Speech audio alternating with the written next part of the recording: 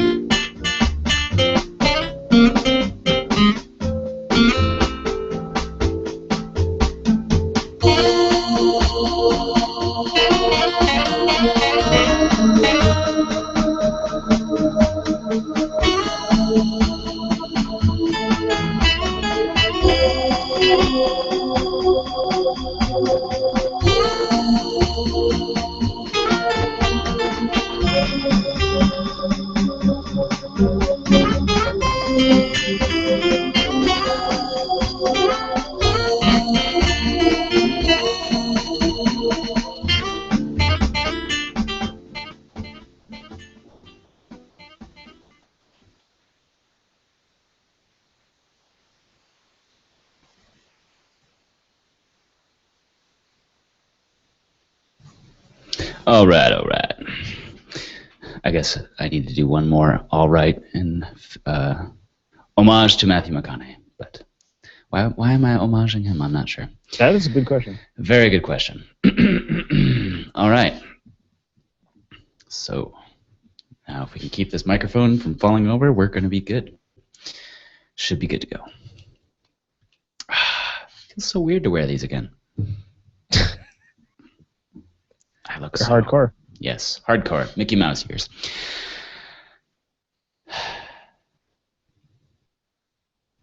All right.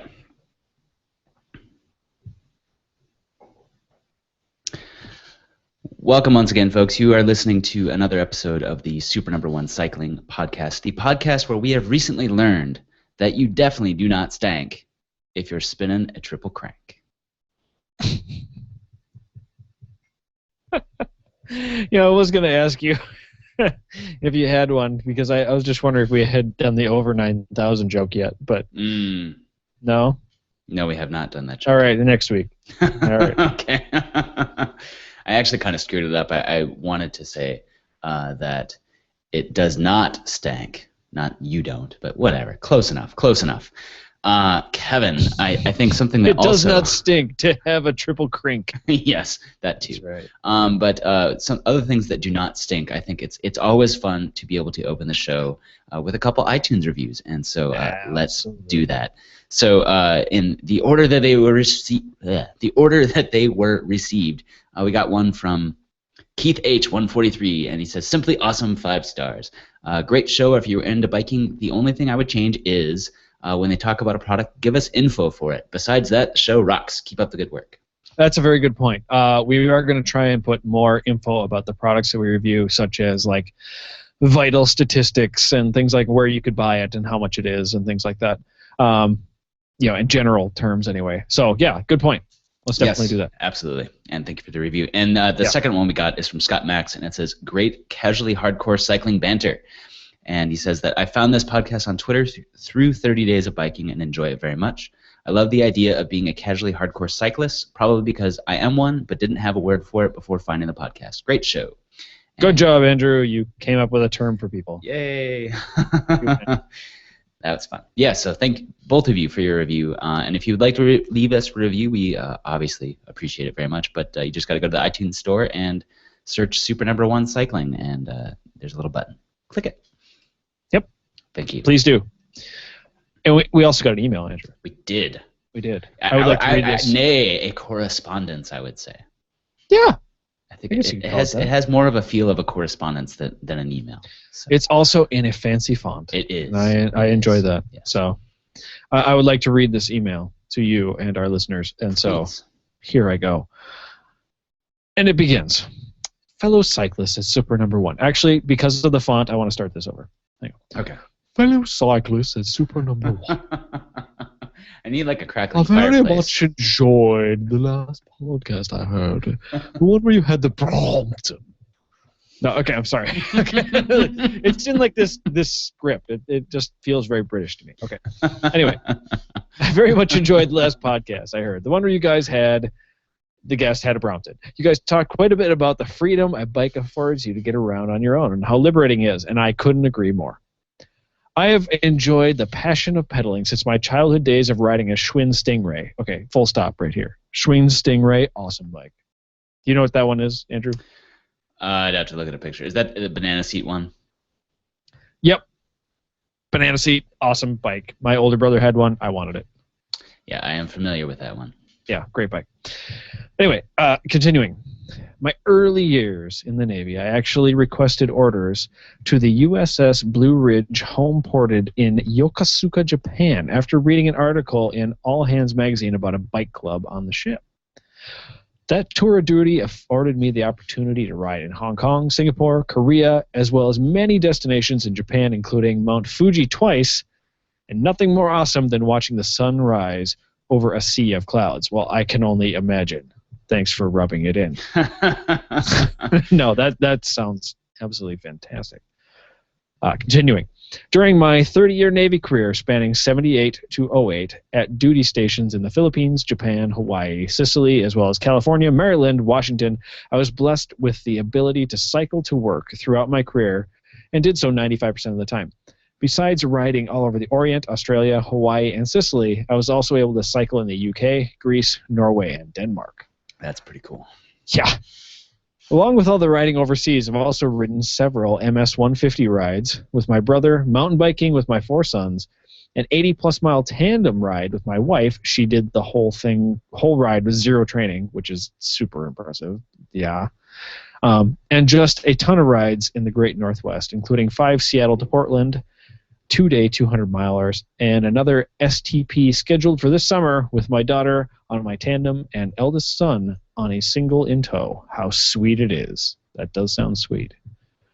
Although I'm currently working overseas in an area not conducive to cycling, my passion for the pedals continues unabated. When stateside, I ride year-round, rain or shine, sleet or snow, and while some days are better than others, any day in the saddle is a good day. Thanks for the great podcast, guys. Keep up the good work. By the way, don't forget to turn on the microphone. Andrew. Keep the pedals turning and Godspeed. Cheers, Steve. Steve, thank you very much for writing this awesome email. I'm very jealous of you. Yeah, I mean, to be able to, well, one, just to, be able to keep up with day in, day out sort of cycling, and, it's something that I struggle with. Today I managed to I rode to work in the rain, and I feel pretty good about that. But to be able to go to all those countries and experience cycling in different places, pretty sweet. I'm actually super impressed by that, and like seeing all the amazing landscape that you can see in the world. Mm-hmm. And also just maybe just the different communities and the way people get about, because not every place is as car bound as our places are. So I'm super impressed by that. I'm also super impressed by the fact that you have a awesome family relationships, obviously, and you're including biking in that, and that's really, really impressive. And also just thank you for your service to our country. That's really awesome. 30 years, dude. High five. Thanks a lot. Seriously. And last but not least, thank you for your correspondence. Yes. Yeah, appreciate it. I enjoy getting that letter very much. So yeah. And it's funny when we get letters like this. I just assume that people want them, just read, or unless there's a specific question, just to respond to them on the air. So like we've done here, but yeah. And I love hearing about what people do on their bikes, and also just I like hearing what people do, but especially on your. So. Everyone has a different experience. Yeah. It's not all the same. So. If I could bike 95% of the time like you do, Steve, I would be very happy. But sadly, it is not the case right now. Okay, so it's been a couple weeks really since we recorded last. The last time, of course, was the 30 Days of Biking wrap up with Patrick Stevenson, and that was a lot of fun. In spite of the fact that I forgot to record, but all of my bars are moving right now. There's a little red thing that is glowing red, and there's another little bar that tells me how much hard drive space I have left. So I think we're good. I hope. That's good. We'll see. I'm glad. But so since then, Kevin, what has happened in your life before we get into our topic today? Not too much. I have been doing a lot of bike maintenance this last couple of weeks. I don't know if you've ever been on your bike where you've all of a sudden been riding it and then you get this weird clicking noise that shows up when you crank hard on the pedals. Mm-hmm. Or if you're like, let's say, jumping off a curb or something, and then you hit the ground and it goes. It's annoying. It's obnoxious. It makes you feel like your bike's falling apart. Well, I made it my goal to fix all that on my 2 bikes that were doing it. One bike was definitely doing it more than another. And that was the fat bike. Because why? Because it gets so much more use than the other ones. But that's why. But for me, my initial thought was, okay, well, it's either going to be A, pedals, B, cranks, or C, bottom bracket. So went through the whole system, cleaned it all out, took everything apart, cleaned it, put it all back together, tightened it exclusively, and found out that the problem really was bottom bracket. Okay. Is that it somehow had just gotten a little bit loose, and that's what did it. So if you haven't taken your bike apart recently, you got a little click going on that's weird when you put stress on the pedals, either tighten your pedal cranks or check out your bottom bracket and tighten that up, because that may very well be the problem. For me, it was. Also, when you're tightening that stuff down, don't forget to put a layer of grease on the threads. Yeah, exactly. Otherwise, you might clean off the old stuff and make sure there's no dirt in there, and then and then put a layer of grease on there. Otherwise, you might regret it later. Right. That's funny because I too had a similar experience where every time I'd pedal, and once I hit about a cadence of 100 RPM at about 20 miles an hour on my my racing bike, and this was a few weeks ago, but it would start clicking, and I could not figure out what it was. So I rolled into the shop and I just said, "Hey guys, can you look at this real quick?" And it's really weird, but every time I hit 100 RPMs, and it just starts clicking. And of course, what happens? But it's like the classic "bring your car to the mechanic" thing. And once I show it to them, then they can't figure out what it is, or even reproduce it for that matter. And so they tried everything. They brought it back. They noticed the crank arms were actually a little bit loose, so they tightened those down. He basically tightened everything that could be tightened on the bike. And I went out, did some laps, still was making the noise. Then he's like, okay, fine. And he goes and gets a bike, puts some pedals that he can use his tennis shoes with, and goes out there and is riding with me. And of course, it does make the noise a couple of times, and he definitely heard it like once or twice, but it wasn't the repeating sort of click, click, click. Yeah. It's like, and so we just say like, okay, well, I think maybe we fixed it.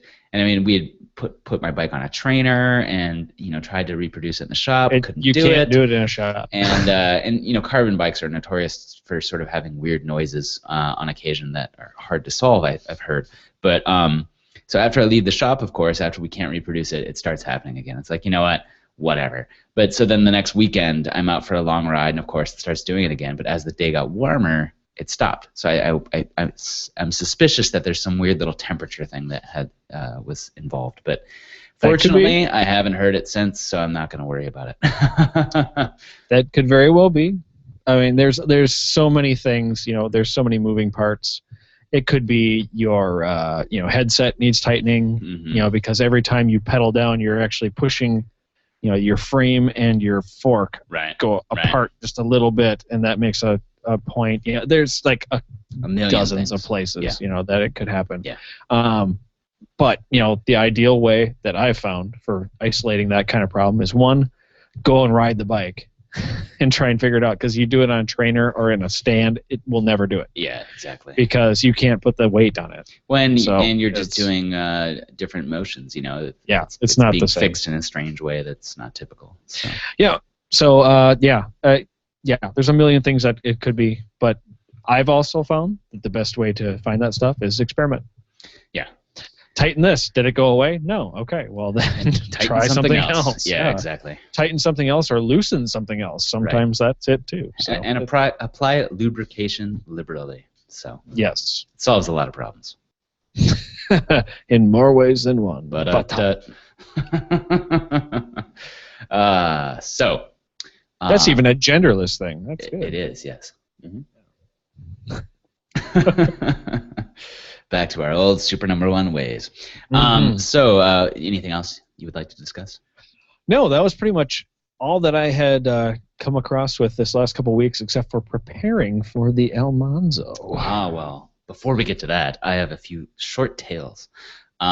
Please. Because, of course... Tell us of your victories. Well, so, of course, I've done some more racing. In the last I left you, I believe... I think I'd done... Oh, yeah, we talked about my road race where I got first. So then after that, I had another crit that...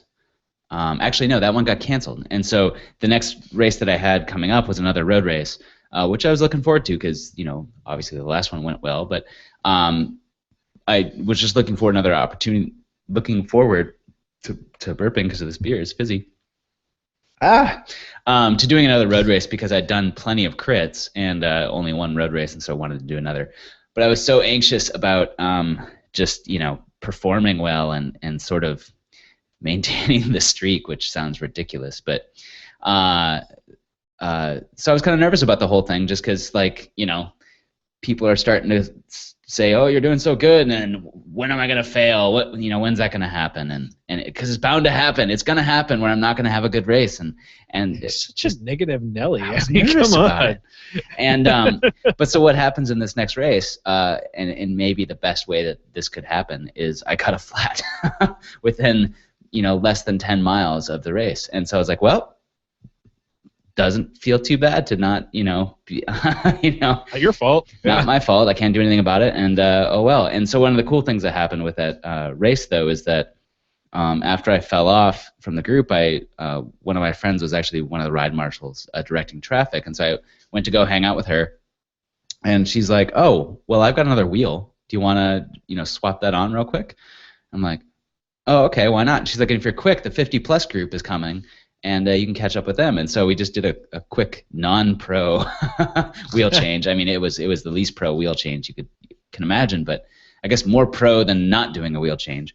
And the 50+ group goes by, and I managed to be able to sprint up and catch up with them and finish my race, which was pretty cool. I had to do one lap solo in the wind, time trial style, which was kind of fun. But two things from that race were great, really. One was, riding with the 50+ group was cool because, these people have been racing for a long time, and so I got to see way more. I mean, this is Cat 4 or 5, I believe, still 4 or 5 race. But, these people have been racing for years, and so their tactics were a lot more sophisticated than anything I'd seen before. And so you saw, like breakaways, and people blocking for their teammates so that the peloton wouldn't catch the breakaway and that sort of stuff. So that was fun to see. And the other cool thing about the race, well, the other thing I noticed too is that their bikes were way more expensive than mine. So it's like, they're all driving the sports cars. But the thing that I took away from that race is I was sort of just ready after the flat, just like pack it in, call it a day, and because I can't catch my group. And it certainly helped that I was able to do a wheel change and, hop in with another group and still be able to draft for at least 2 of the laps and not have to just destroy myself trying to, finish in a reasonable time. But the thing I took away from that is, like, always, unless, there's a good reason why you shouldn't, or if you're told not to, finish your race. Because... at the very least, you're getting a ride out of it. You see the course, so for next year, you can have the experience of what the hills feel like, what the descents feel like, that sort of stuff. And for me, it just felt good to like roll across the finish line, and who cares? I was damn near at the bottom, but finished. So you have dogs howling. Yeah, I'd say it. There's no ghosts in my house. It was just a dog. Oh, and there she goes again. Oh, now both of them. Ooh, a chorus of hounds. Listen to that. It's eerie. That is a little creepy. No, they're really going. Wow. Hang on. I just want to wait until she wakes up. This is my dog's night terrors, by the way. There it goes. Okay. Now we're good. Okay. And so the cool thing about that race, too, was I got upgraded, or well, technically, I haven't been upgraded yet, but I got upgraded to Cat 4. Nice. So that was exciting, and you're one step closer to semi-pro. Exactly. Right. Yeah. So that was nice, and it hasn't been processed yet, and I don't know if it will be, and we'll see. I might have to send another email and that sort of stuff. But it was cool to get that done. Because the main reason I was excited to do that is in terms of the crits. I have a lot of teammates who are 4s who are riding those, and as fun as the 5 crits have been, the field in the 4s is much bigger, and so obviously a lot more to learn there. But also I get to race with teammates, and so you get to do a lot more team strategy. Exactly. Kind of aching to get into those races, and so in terms of those races, I got to do 2 of those since we recorded last. And the first one I got in a breakaway with myself and another guy, and I got second, which was kind of cool. And one of the highlights of that race really was, I was in a breakaway, and we were quite a ways away from the main field, which was exciting. But towards the end of it, I was feeling hosed, and I knew we were going to get caught. And my teammate came up, alongside me and told me to grab on his wheel, and so I did. And I managed to just sneak enough energy from him to, recover just a tiny bit, just enough that for the last points lap, I managed to get across the line in third place and get more points. And I ended up finishing second overall, so that was exciting for my first Cat 4 crit. And then last week's crit, I got... that was kind of fun because there was a breakaway that I was not in, and the race felt much harder, much faster, and much more close quarters. And dudes turning on either side of you, so it's like, well, you better do this turn properly, otherwise you're gonna not be happy. And a lot of other people are not going to be happy. So kind of intimidating, but it's also good learning.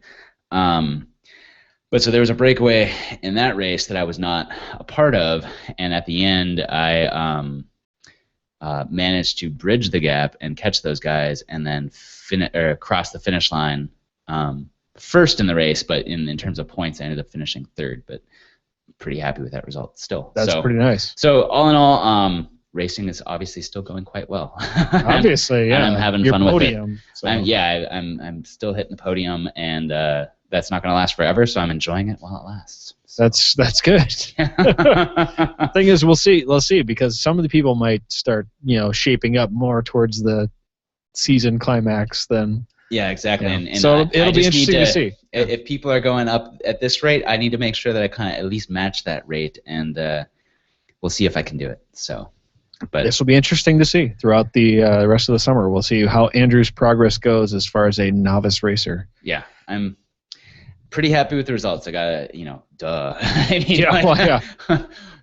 I'm kind of disappointed. Like, okay, by the way, podcast done. You have to get slapped. I know. Well, it's one of those things. It's like it's hard to talk about without feeling like a jerk, and it's like hard to admit to the fact that I was so nervous about not podiuming in my race, because you sound like an asshole when you say that, but it's just like, well, it's a natural. I mean, why wouldn't you be nervous? Why wouldn't you try and do well? That's all exactly. It is. And I want to do well, folks. And that's why people do races. I mean, and this is why people do races such as the Almanzo. And it's not necessarily to race to get first, but it's necessarily to race to meet a goal, and whatever that goal happens to be for you. Right. And this is what the Almanzo is, what it really shines at. So first of all, just to explain what the Almanzo is, just in case you don't know. So the Almanzo or the Almanzo 100, I think that's more how it's properly known, is a self-supported gravel bike race in southeastern Minnesota. Spring Valley is where it starts. And so it's 100 miles, and I would say, I don't know, Andrew, 95% gravel? Yeah. There's a little bit of tar. There's a little bit, but I mean, we're talking maybe 3 sections that are about a mile each or something, so not except for out of Forestville, that section's got like maybe 2 miles. But you're right, yeah. So yeah, there's no maybe more 5 total. Yeah, exactly. No more than 5 miles, I would say. So it's like 95% gravel, and that's one of the races. There's another race called the Royal, which is 162 miles, and there's another race. These are all in the same family of races run by the same guy. That is called the Alexander, and I want to say that one's 380, 360. Or I think it might be 360. It's a long way. It's a long way. So those are the 3 races that happen in Spring Valley the weekend after Mother's Day every year. Okay, so it's an amazing race. I've done it 2 years in a row now. Andrew, this was your first year. It is my first year. Doing the Almanzo. We both did the 100. I did the 100 last year as well. I thought about doing the 162 this year, but the way things turned out, I'm kind of glad I didn't. Because, wow, dude, this was a way tougher race this year. than it was last year for a multiple conditions why. But I don't know. The reason that I decided to do the Almanzo on the initial time that I said I was going to do it, which was last year. So a year before that, I had made this deal with my wife that she was going to run a half marathon. And I said, okay, well, I don't like running, so I'm going to ride a bike race. And I looked around on the internet, and I just typed in, I knew a century was a thing. Right. And so I typed in Southern Minnesota century bike ride. Almanzo came up. And I'm like, oh, and it's on gravel? Awesome. You know, like I grew up on gravel roads. Like this sounds great. Sounds right up my alley. So I spent a year working out at the gym and training and doing bike rides on my own. No, not fancy bike. This was my Target Schwinn, you know, just platform pedals, you know, nothing fancy with it. Right. And then, you know, a year ago, just, you know, almost a year ago exactly, I did the Almanzo. Did it in a time that I was very happy with, which was 7 hours, 59 minutes, something like that. And I was very happy with it. And that race kind of changed my perspective of bike racing. Right. Because it was not so much that, like, did you beat a bunch of people? No, but it was that I set a goal for myself and did it. And I was very happy with that. Now, why is the Almanzo so great? Why do I keep talking it up to everyone? And Andrew, you have now first-hand experience with this. Well, and I guess I would just like to interject for a second too, and because I would say that, you know, this race this last weekend sort of really marks a really big, you know, anniversary for both you and I. I mean, oh yeah, you're right. Really, you're right. both you and I think, sort of, you know, there's a lot of build up to it and a lot of planning and training, and I mean, you know, not a ton of training. We're not talking about, but you know, both, you know, you really, I mean, really, you get a lot of credit with this because, you know, you set this goal, and I had been cycling for, you know, years for fitness. You know, really seriously, you know, cycling became my main fitness tool maybe in like 2001 or something. So I've been doing it for a long time, but you know, just hadn't really ever done anything like, you know, serious mileage. Certainly never a century. I mean, I think the most was an 80-mile ride at that point. But it just wasn't a lifestyle for, you know, either of us. And so you setting this goal sort of kicked me in the pants to go like, you know, why do I think that 100 miles is an impossible thing? You know, I mean, it sounded crazy to me when you mentioned it, but you know, the more I thought about it, and I was like, you know, I mean, I should try something like this too. And then, you know, this is at a time when I was living in Vermont, and we were getting ready to move, and I was like, you know, there's some things here that would be so cool to do, and one of them is to do a big mountain climb. You know, because you know, you're watching the tour, and these guys are doing these long climbs, like Cat 1, Cat 2, you know, HC kind of climbs. Big climbs, yeah. And you're like, you know, I wonder what that's like. And here I lived in Vermont, where you know we don't have any HC climbs, but it's not the Alps, but right, there's at least a Cat 2 level climb out there, and so. And I thought, you know, it would be a shame for me to leave here having never ridden my bike over the biggest mountain they have there. And so, you know, that really set in motion what, you know, me starting to do, you know, longer rides. You know, I think the biggest before I actually did my first century was something like, you know, 60. But, you know, I was training on climbs. I was starting to get more serious about it. And, you know, so the day that you did the Almanzo, I did my first century too, where I did this mountain climb. And you know, so that was a huge. It was a big day. Huge day in terms of the achievement and, you know, sort of a milestone. But in a lot of ways too, I think for you and certainly for me, really marked a huge, like, life-changing transformation. I mean, it definitely turned the key. Right. Because for me, you know, once that happened and once that got set in motion, you know, now that became a thing that I did. And cycling became like an activity that I just not just did for, you know, enjoyment, or rather for exercise, but now it's just something I do for enjoyment. And so when we moved back, I was riding constantly, and, you know, facilitated by the fact that I wasn't working at the time, which was helping. But, you know, and that set in motion, you know, me losing 30 pounds and, getting in great shape, and all of these things because of the Almanzo. So it's really, I mean, not to wax poetic about it, but it's really kind of been a life-changing. Yeah, The event has sparked a lot of positive changes in my life, and I would say that yours as well too. It was definitely an impetus for a lot of different stuff that's happened. I mean, and let's not, I mean, at some point maybe we'll talk more about the ride that you did, because I mean, I did that ride too with you. A couple months afterwards, I shipped my bike out to Vermont just to do that hill, and good God. But I was in better shape then, I think. But anyway, it was an awesome ride. But there is something very pure about the Almanzo with how it's gravel and free, and it's just people who want to ride their bikes a long ways with their friends. Right. And that's what Chris Scogan, the guy who runs the Almanzo or directs it, said this year when he was announcing the race. He's like, hey everybody, this is the Almanzo.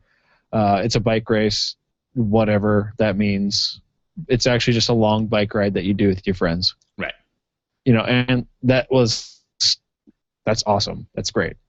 And that honestly is, I think, the reason most people do the race is not to I'm going to see what time I get. It's just see can I do 100 miles for whatever reason I want to do, or 162 or 360 or whatever it is. Right.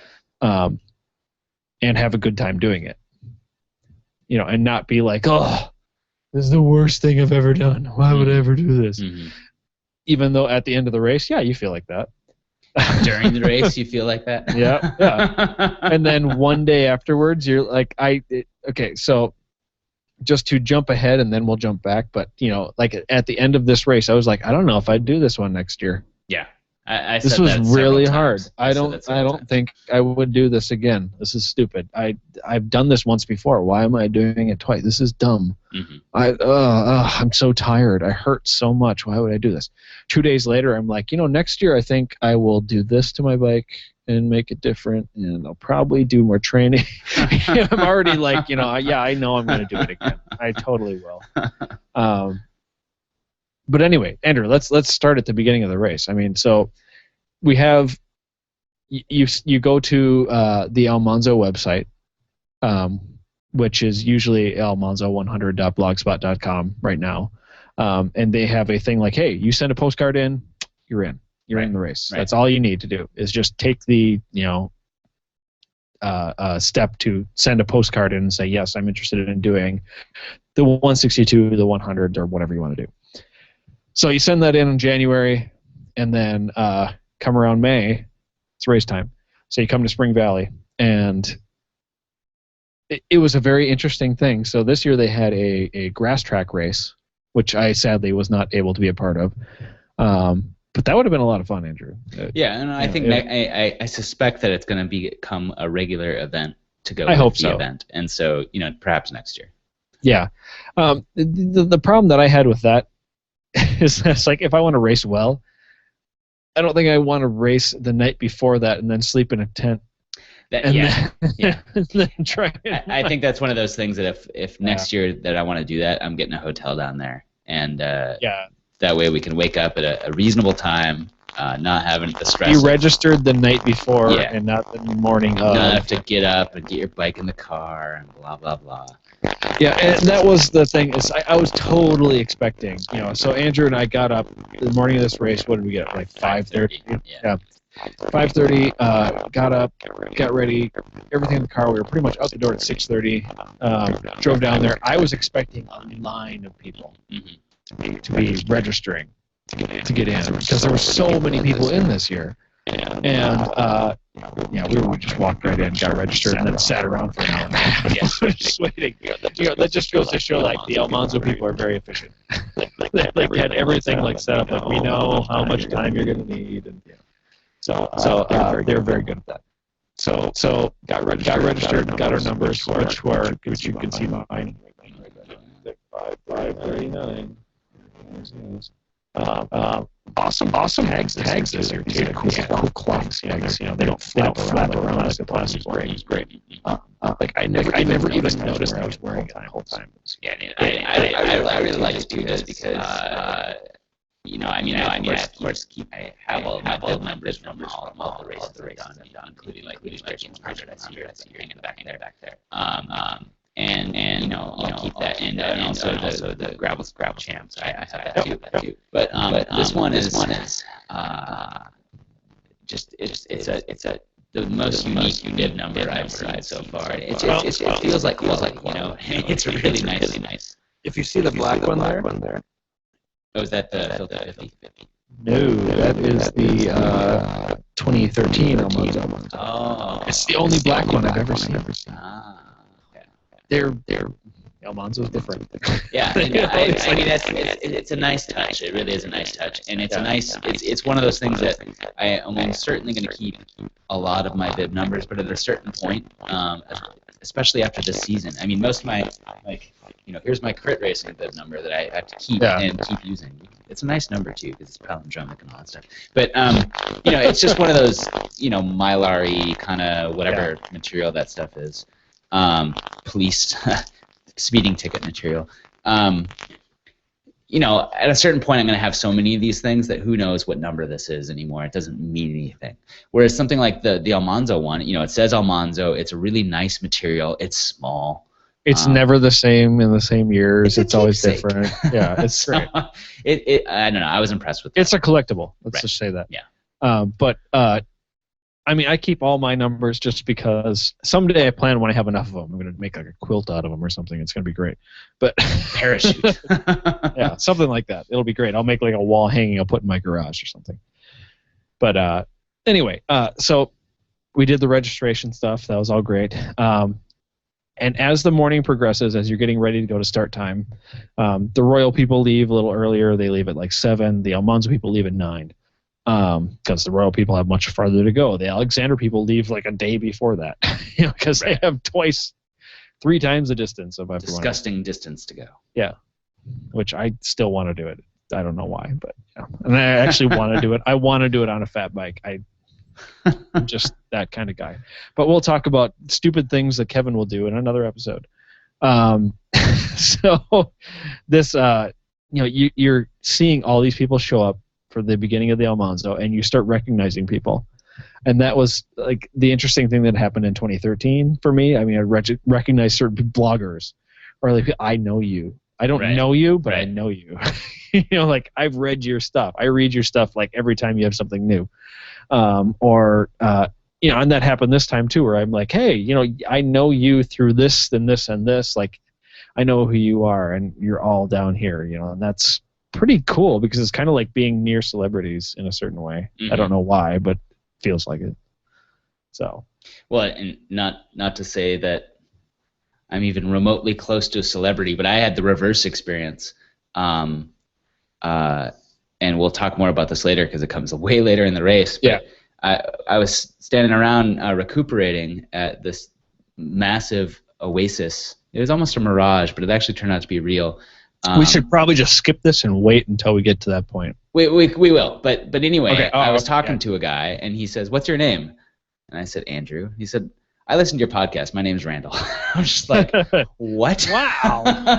That is the first time that has ever happened to me before, and it was cool and weird. So, well, hi, Randall. At that point, you're like, yeah. The other guy, he's like 3 hours behind. But, he'll get here eventually. If you want to wait for him. So that was pretty cool because I've with other podcasters that I've met in the past, it's always been a weird experience for me because it's like you know their voice, and I don't know if this is how he recognized me or if it was from Twitter or whatever, but just the times I've met other podcasters that I listen to in person for the first time, it's weird, yeah. And so I don't know if that's how he recognized me, but it was pretty strange and pretty cool to have someone say, what's your name? Andrew. Oh yeah, I listened to your podcast. That was just like strange. So hi, Randall. That was cool. Yes, we'll talk more about Randall later. Yeah, I didn't get to meet you. Yeah. Anyway, moving on. So we're leaving the race. Okay, so race starts. Chris gives an awesome speech. We all sing happy birthday to his son Jack, which is well deserved for Jack every year. And away we go. Off on this race. So Andrew, if you had to describe the conditions of the Almanzo this year for the first, 50 miles, what would you say?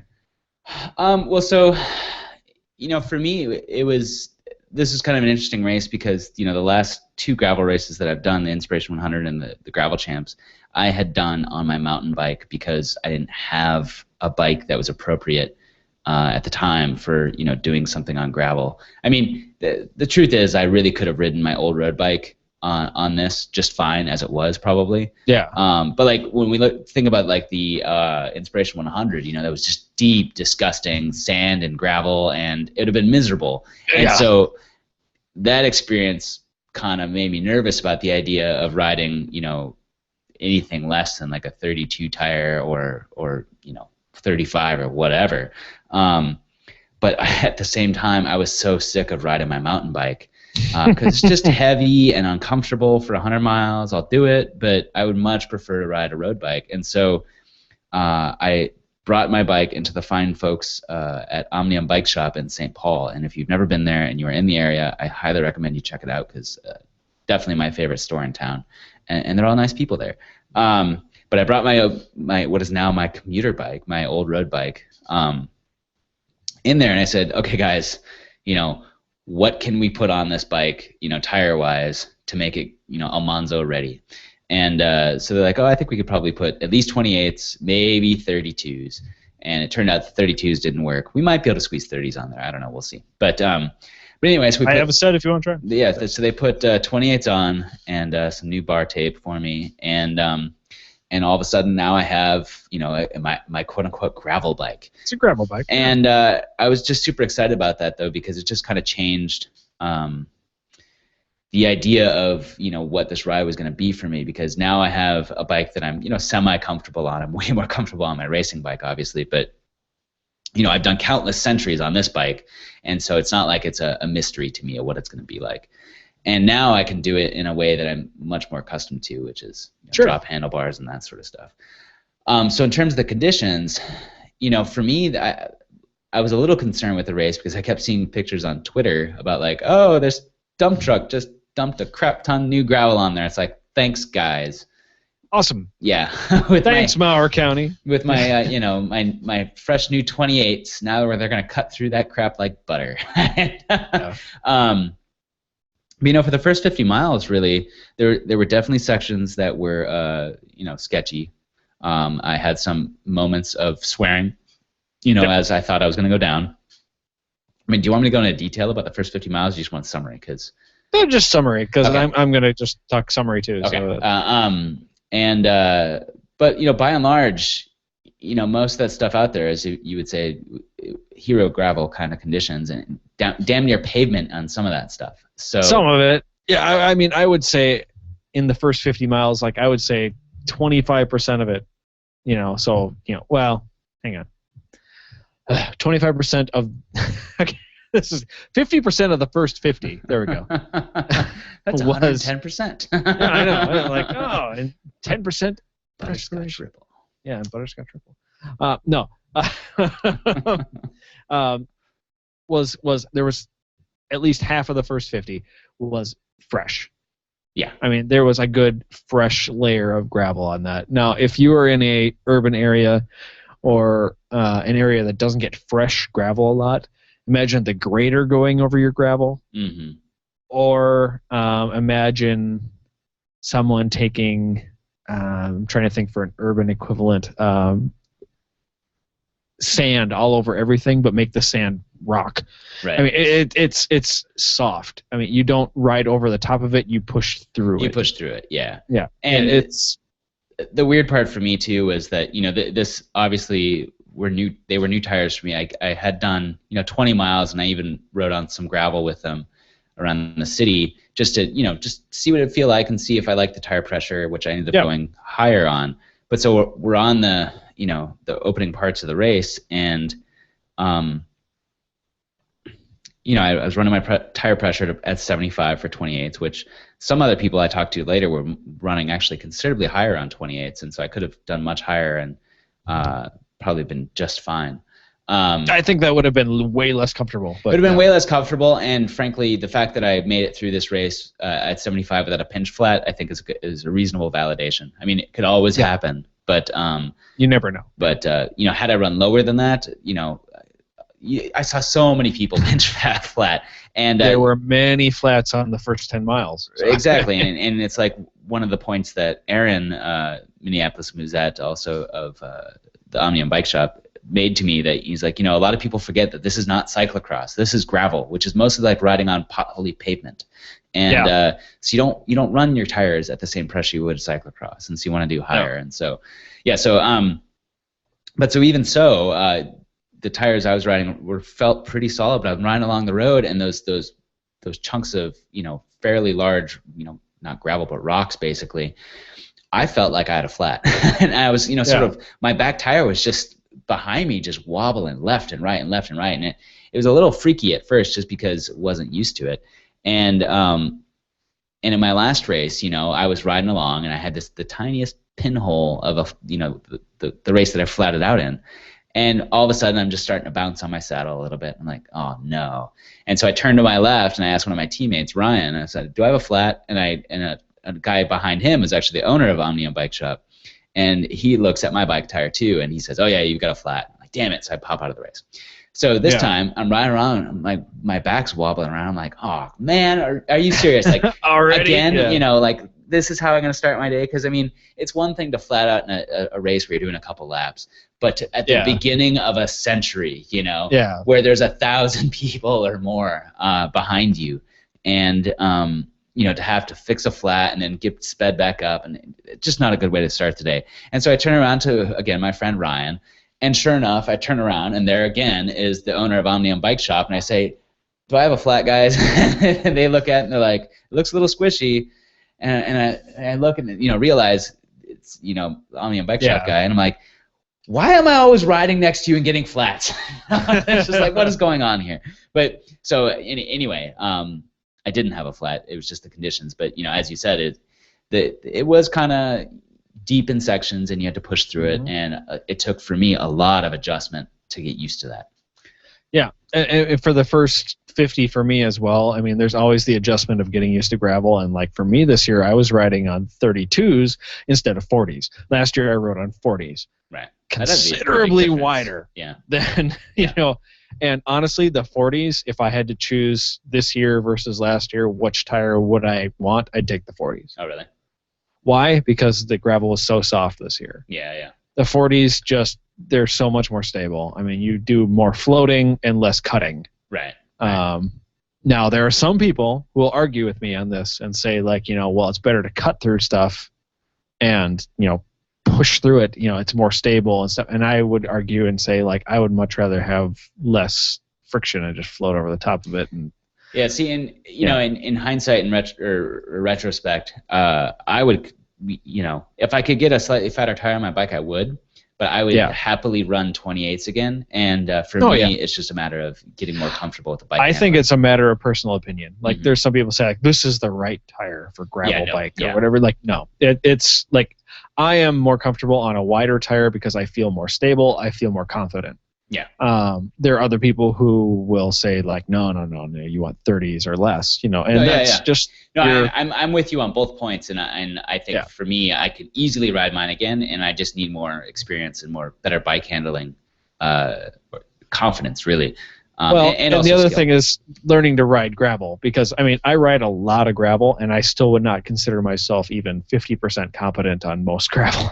Well, that and Almanzo gravel especially. I can't speak for you, but also part of it is the speeds I was doing. That's where I need the more work. Yeah, let's talk about that. Okay, so like the Almanzo, I mean, in the first 50 miles, there are a couple killer descents. Yeah.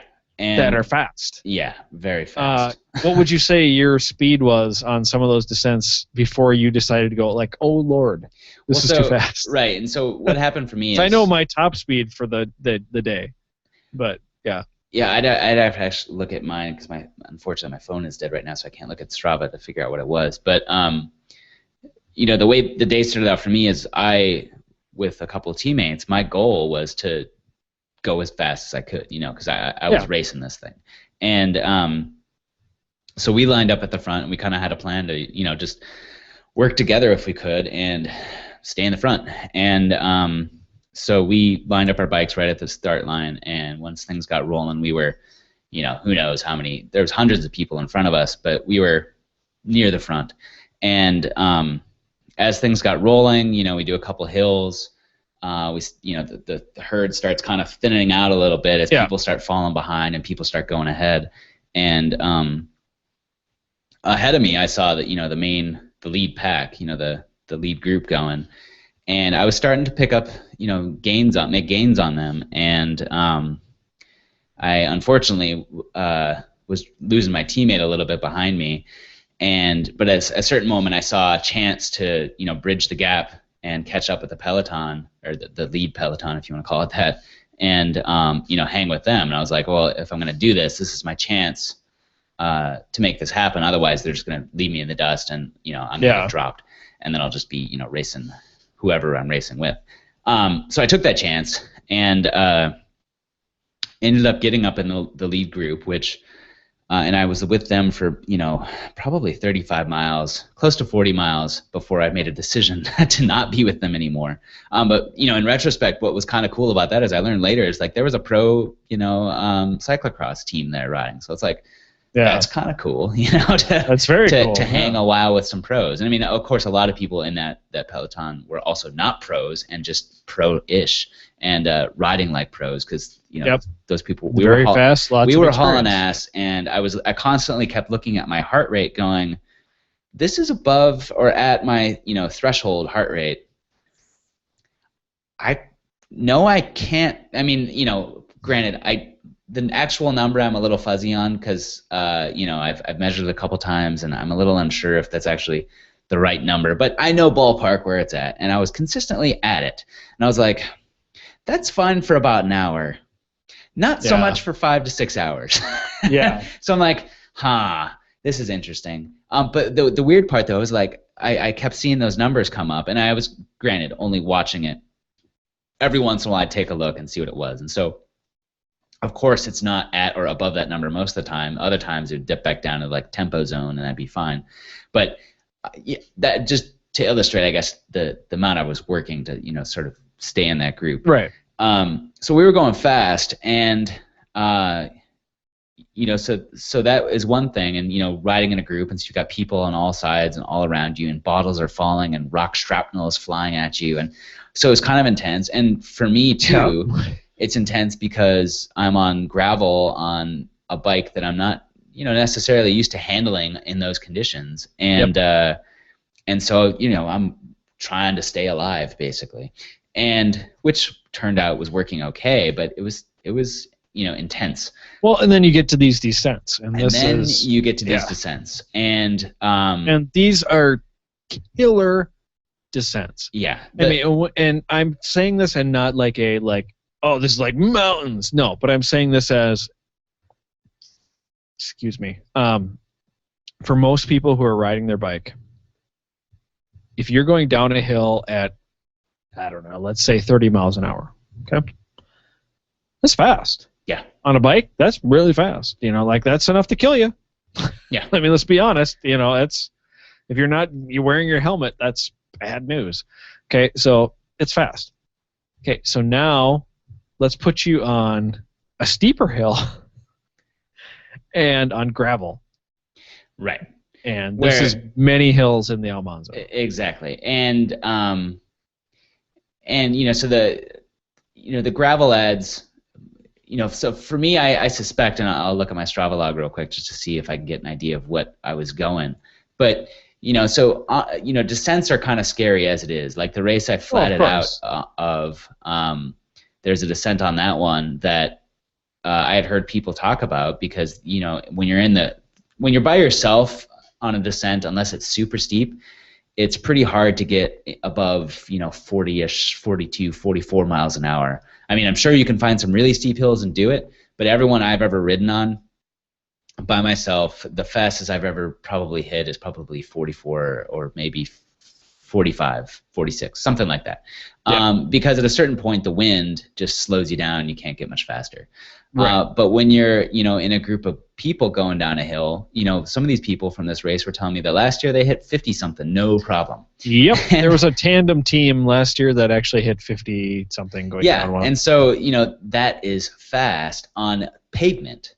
And now you add to this, gravel where you're sliding all over the place, and you loose gravel, and there might be a turn at the bottom, and you're more likely to get a flat. And if there's a turn at the bottom, then you're going to have to slow down and not skid off the road and that sort of crap. Do you remember where this turn is? Is everything going to be the same as it was last time? Exactly. And so those are all the extra variables. But the most really exciting variable for me is I'm in the middle of this pack with I don't know how many people behind me, and I'm at this point going, I'm going to keep with these guys as long as I can because this is as free a pull as you can get really when it comes to this sort of thing. And so I'm in the middle of all these guys. We're going on this hill at who knows how fast, and I would be happy to tell you how fast I was going, except for when I looked down at my computer, I could not see it because I was in a white cloud of dust. Yeah. And I could see the guys next to me. I could see the guys in front of me. I could not see the road. My mouth was filled with dust. Every other orifice was filled with dust pretty much. I was eating it and breathing it, but could not see. And I just at that moment I was like, well, one, just worried about falling in general, but it's like I don't even know if there's a turn coming up, Right. And I could slide off the road and hit a tree, and I'm going 40 miles an hour. And regardless of what happens, even if I don't get killed, I'm gonna hurt really bad, and or broken bones, et cetera, et cetera. And your race season will be done. And and this is like it's not a race that I don't care about because I do. But it's like it's not part of my normal racing thing, and so like for a ride that I'm going out to race, but also just have fun on, and not necessarily like try to compete. What a stupid thing to do. Right. And so at that moment, I said, I don't like this, and so I started to ease back a little bit, and then so I'm seeing like 36 here. There's another 36. There's a 35, and there's another 36. So somewhere in there. So not quite 40, but way too fast, at least from my perspective. So I started to pull back on that because I did not like riding blind. But then when we got to the bottom of some of these hills too, some of these guys were ripping around these corners, and when I would get to the corners, part of it is probably my tires. Part of it's just the conditions. And I'd try to turn into the corner, and my wheels would just go and slide out, and lots of oh shits were said, and it really kind of freaked me out. And from that point on, I would sort of approach all of the corners, especially coming off the descents, but even really just general corners that didn't have any pitch to them, just very gingerly. And a lot of people were passing me. They're like, "Oh, this dumbass is not going balls to the wall down these things." I'll catch you on the uphill, dudes. And that's exactly what happened. Is so maybe at mile 20 I started backing off from the main group, but the cool part is that the group would slow up big time on the hills, and I'd catch up with them every single time. And so so for me that was fun to hang with the lead group, but it just one, I didn't have the bike handling skills, and two, it's just not going to take the chances. And so after about mile 35, I definitely lost contact with them, and then from that point on, I never saw them again for the most part. So well, in the first 50 for me, as far as descents go, anyway, I don't know when I hit this, but I actually looked on my little cycle computer. It's not a Strava or Garmin or anything like that. It's just a thing. But my max speed was 42. Okay. I don't know when I hit that. I don't know if it was in the entire race in the first 50 or when it was, but I do know when I hit it at the point where I was going oh Lord, slow down. Yeah. Because 42 on a gravel road in a car is fast. Right. On a downhill with a turn. Right. And all these things are not straight downhills. They're always turns because Chris Scogan is a master at making a course. Yeah. And these courses are not boring. I mean, they're interesting. Like you rarely get a mental break of a long, flat something. Mm-hmm. Mm-hmm. I mean, it might be straight, but it's not flat. Yeah. I don't know if your Strava said like what the elevation was for it, but I know like the estimates are somewhere between 6,000 and 7,000 feet. Mine ended up coming out, and actually, while I'm looking for that, I zoomed in on one of the hills, and actually it does say a max speed of 44. So nice. There you go. I mean, the GPS speed sometimes can be they're off. fast. Yeah. But that they're feels big hills. That feels reasonable. But so my elevation clocked in at 5720. Okay, yeah. So somewhere around 6,000 is where it ends up being, and that's a lot of climbing. Mm-hmm. Mm-hmm. That is not a, I mean, I think some people kind of look at like climb as going like, 6,000 feet. Like, how much really is that? Try it. It's a lot of climbing. It's a lot of climbing. So the Almanzo is no slouch as far as like a test of your fitness. At all. No, that's for sure, and my legs will attest to that at the end of the day. Yeah, me too. We'll talk more about triple cranks as we get towards the end of the day. Yeah. So here's the other thing. So we had descents, but climbs, Andrew. I mean, the Almanzo is known for climbing. It really is. And I would say there's probably 6 climbs in there that are really devastating climbs. Like, it's the one that like you lose people on, or where like people like me go like, yeah, I'm walking this. Yeah. Yeah, like just looking at my Strava elevation protocol, you can see sort of where a lot of the elevation comes from. It's these just little jaggy ups and downs sorts of things. But there's also in the profile, there's a good 5 to 6 really significant dips or troughs where you have to climb out of. So and that is the thing, is that it's like every time you get that thrill of descent, you get like, oh, I have to climb out of this. Yeah. And every single time you have to, and there's no free. I'm trying to think if there's actually any like free descent on the entire Almanzo, and there really isn't. It's always like if you get a descent, like you're like, oh, this is great, you're gonna pay. Yeah. And I mean, that's cool because if once you know it, it's like, okay, well, I've done it before, I can do it again. It's like if I go down this much, I have to work this much out. So I better either go slow on this descent where it's free, so I can get the rest, right? Or just enjoy it, or just be ready to go. Yeah, that's what it is. But what did you think about the climbs? I mean, the climbs.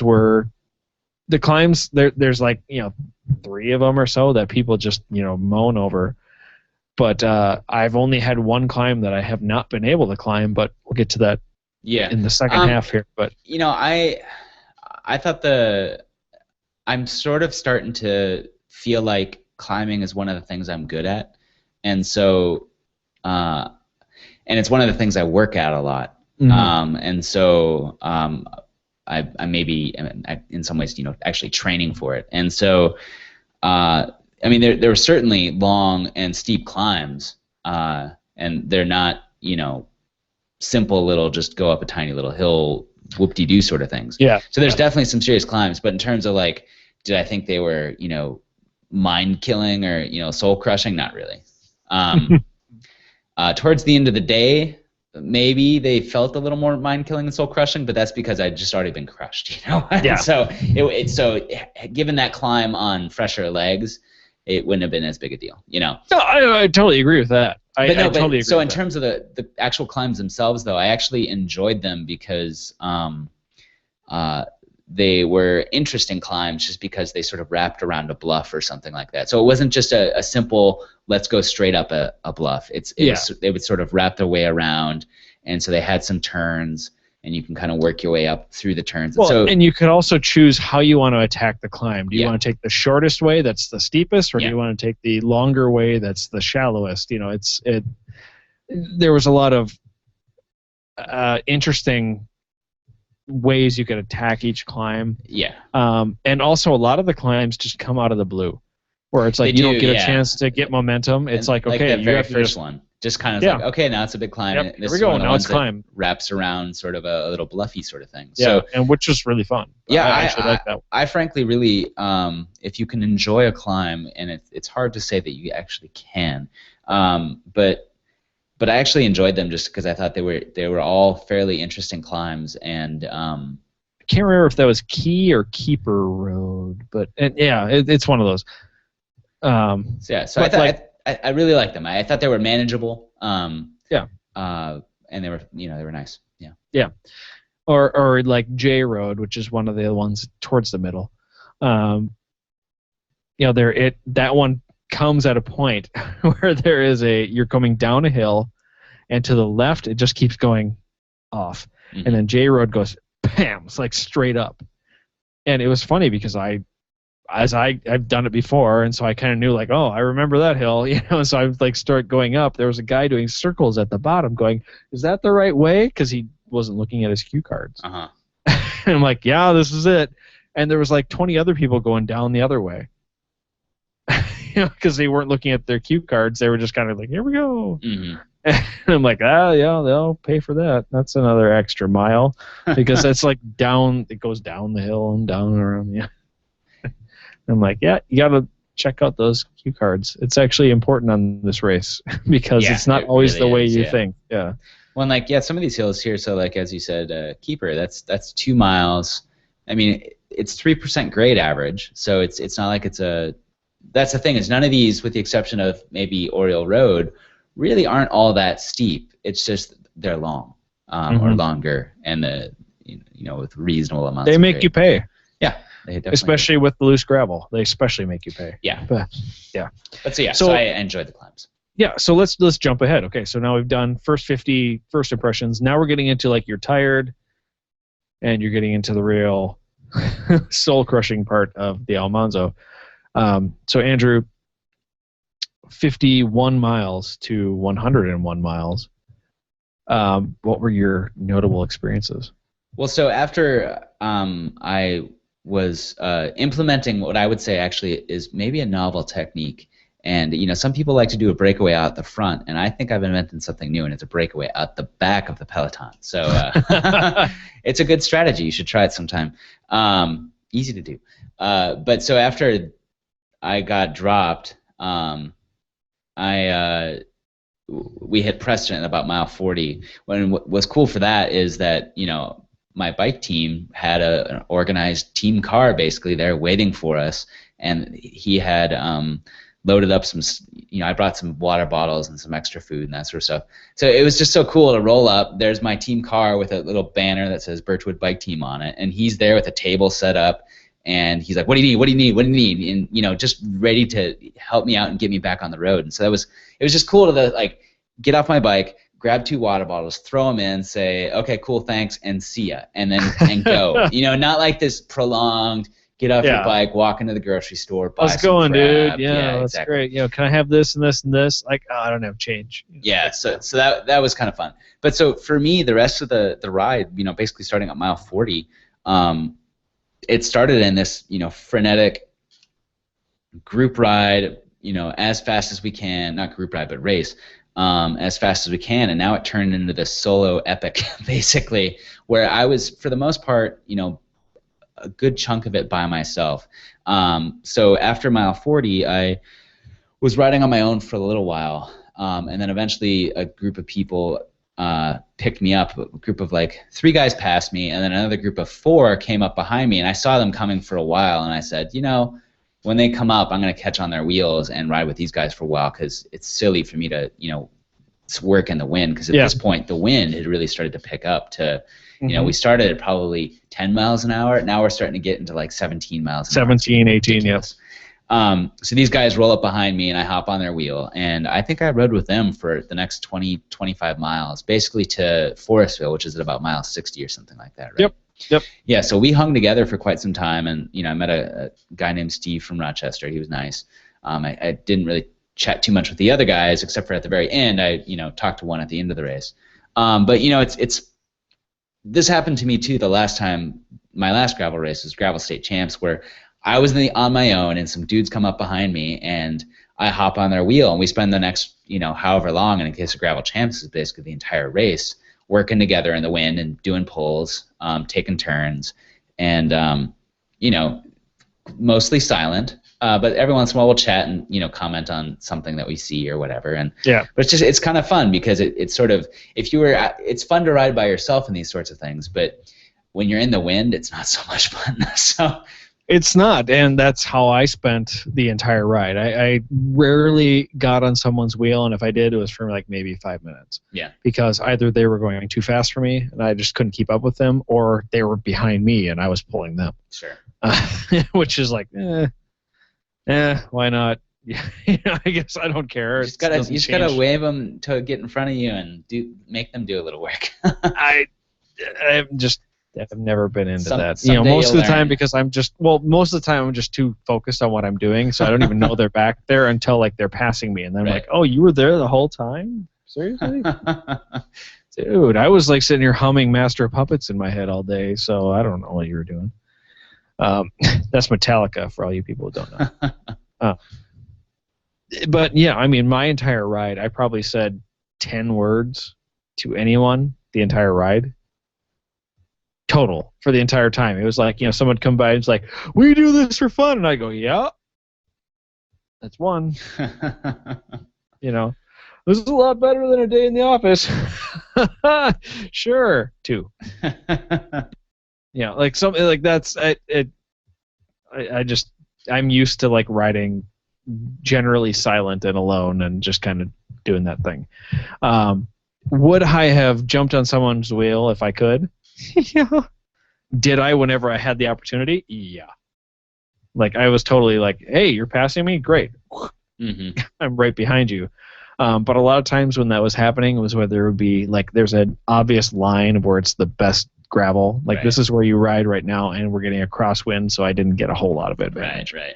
And that was the problem is, if you weren't in a headwind, you were in a crosswind pretty much the entire time. Yeah. And it's you can obviously work together to get around that, but it's hard, especially on it's gravel, hard on gravel. Like if you're on there's- tar, you can definitely do like a angle, like you can do the I don't know what it's called, like an echelon. Yeah. You can do that and make it easier for everyone. But on gravel, it's like you save more effort just by choosing the right line. And we definitely in the group I was in, we echelon for a little bit, and it definitely made a difference. But the roads that you could get away with that on were so few and far between that it was too hard. I mean, there was definitely sections where I was riding on the grass on the side of the road because the gravel was too deep. It's the best place to go. Yeah. So so that was fun. Yeah. So at this point, I would say we're somewhere near 75 miles, something like that, and everyone's getting worn down. Everyone's getting tired. Yep. And then a couple things happen. Andrew? Well, so what happened to you? Because I was riding with my group of 5 people, and we get to not the next checkpoint, but we get close to the Forestville State Park where I knew that there was a chance that my team people would be there, but I knew that there was a good chance they wouldn't because they were also helping out my teammates behind me. So I knew I might be on my own. And one of the guys I was riding with, he was like, crap, I was hoping there would be water here before we actually got to the ranger station. And I'm like, yeah, because he was out. He's like, I am screwed. And I was checking my water bottles. I'm like, I had plenty left that if I needed to limp along on it, I totally could have. But I was like, I'm hoping there's going to be water at this thing. See, I knew there was water there. I knew there was too. I was confident that there was, but I didn't know where it was going to be. So I was like, is it around that corner? Is it around that corner? Am I supposed to turn off? I didn't know it was going to be right on the road. So yeah. Well, like when I came to Forestville, I'm like, I actually, took enough water that I'm like, I know I can make it to Forestville and no problem before I have to refill, even if I have to refill at all. And so I was, no problem. And I knew where that water fountain was, or the water faucet, I should say, was right under the telephone. And like, there it is. So, or whatever that thing is. I don't know if it's telephone, but little patio shelf thing. Like, anyway, so, that was nice. But Forestville is a place that I find a lot of people get bogged down in. Don't stop there if you don't have to. Yeah. Keep going, like, because you're on the tar. Don't stop. Like, that's one of the short sections of pavement. Enjoy it. Yeah. Like, that is a place to, like, yeah, let's just get the advantage of smooth road right here now, because especially Maple Road is coming up, and Maple Road is a absolute bugger. Mm-hmm. So you want to push through that. Maple Road's a lot of climbing. It's tough. It's not great. Yeah. Well, and that's pretty much what I did too. Is I said, okay, I've got still a full bottle at least of water, but I was like, okay, fill up the water. A lot of people were standing around drinking, chatting, and I was like, nope. And at this point, so I was riding with people, and I was just like, yeah, I'm not gonna stop. I didn't even announce this. And obviously, those people might have different goals than you and I did. Like, if they want to sit and chat, that's well. I mean, these guys certainly didn't, because yeah. They finished really quickly. But I just was like, okay, I've got my water. There's nothing left for me here. I need to keep going, because at this point of the race, I was like, really honestly, at mile 30, I was kind of like, I'm ready to be done. Yeah. I mean, that's not quite true at mile 30, but definitely by mile 60. I remember when I hit 50 miles, I said, okay, halfway done. And then certainly by mile 60, I'm like, okay, I am ready to be done. Let's get this over with. And so, certainly as soon as I got my water, time to go. And time to keep pushing, because the longer I sit, the longer this is going to take. So. Yep. So, what you get is this. So you have Preston, mile 39-ish, 40-ish, something like that. Okay. Forestville, mile 60-something, 65? 66 or something like that. So, yeah, it's right in there. The next stop is going to be Cherry Grove.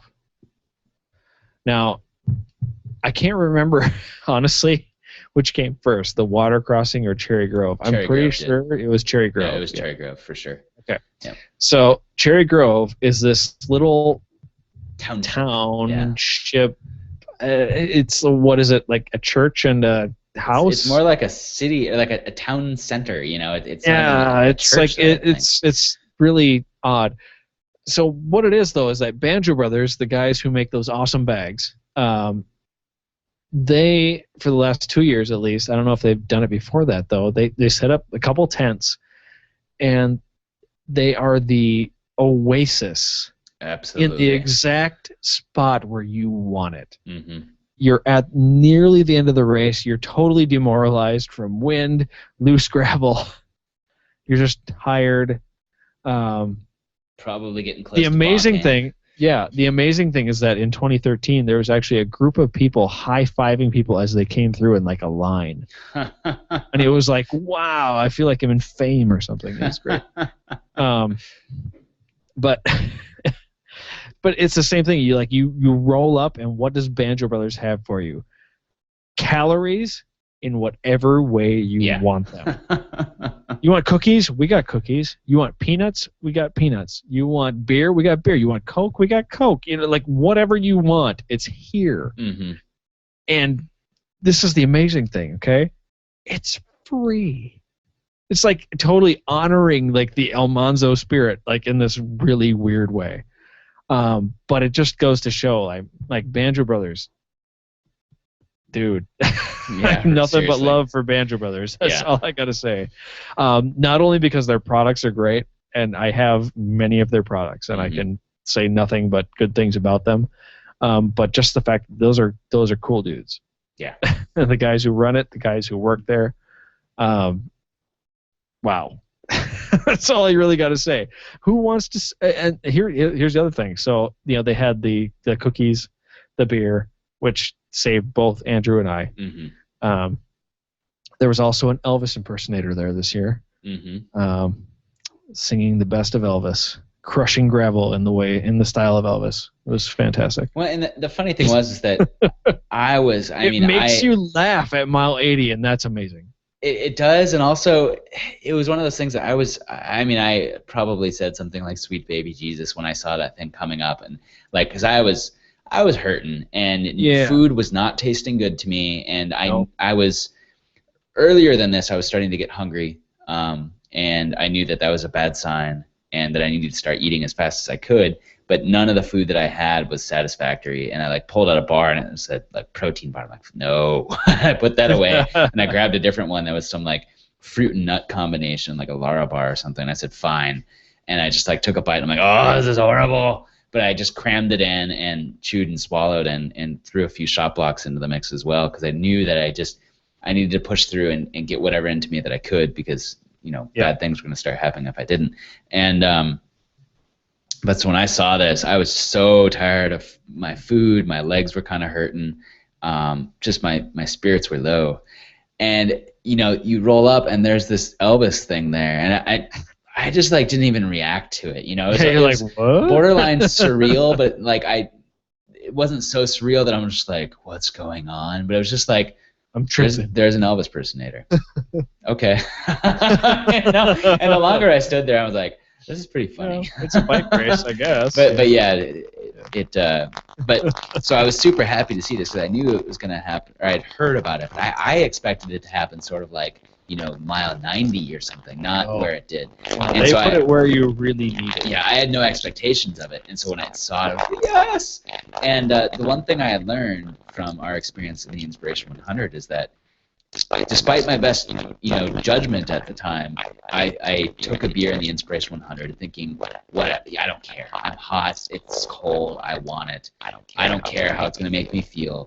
And magically, it makes you feel like amazing. It makes you feel amazing. And I've told this to people now several times, and even at the end of the race, when I told them, like, oh yeah, I had a beer at the Banjo Brothers, they're like, you had a beer, really? And I'm like, yes, you don't understand. Yeah, and so I was tell this to all of them, that when you're at mile 70 on a race, and you're feeling pretty lousy, you might bonk. Even if you don't, you just feel lousy.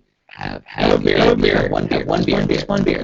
You don't. It's not like you're don't have like an arrogant or something amazing, super high out. No, have something cheap and fizzy.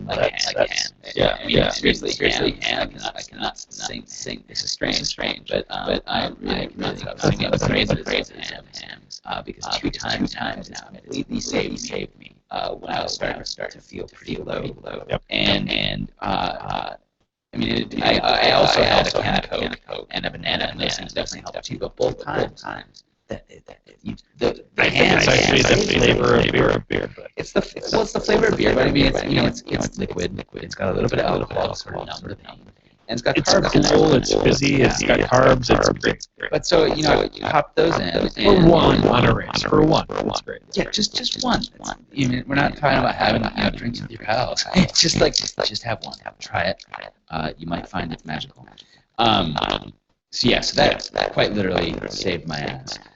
So many thanks to Banjo Brothers. But this, back to the beginning of the story, is this is where I met Randall, and he's like, we were all standing around chatting, and I was, drinking a beer or a Coke or a banana or whatever at that point.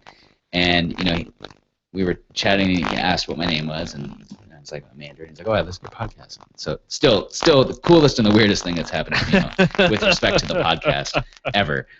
So thanks for that, Randall. Thanks, Randall. What was interesting about that, too, is I, at this point, had sort of not like when I went into this race, I sort of set goals, but I didn't know what was realistic. Like the fastest I had ever ridden in a century, at this point had been something like 6 hours and 30 minutes. And I was like, it would be cool to do something like that, but on this it's going to be, rougher roads, probably more climbing, more wind. I'm not going to be working with people as much.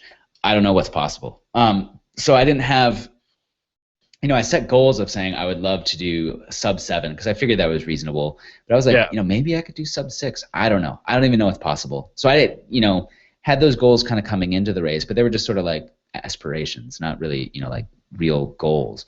But once I was on my own and suffering for the long time, I just sort of forgot about what that was and what was going to happen. I looked at the clock and I was trying to calculate where I was at, but I was like, I don't even care. I can't take my hands off the handlebars to use my fingers to count, so I don't care. Yeah. But so I'm standing there chatting with Randall, and who is R27D on Twitter, if you're interested. And he's like, yeah, I'm gonna get rolling in a second here because I want to see if I can beat a sub 6. And when he said that, I was just like going, huh. And then I like looked at my clock thing, and then since I'm not on my bike, I could start using my fingers, and I'm like, okay, not 10, I could maybe get there. 11 o'clock, 12 o'clock, 1 o'clock, 2 o'clock. It's 2 o'clock now.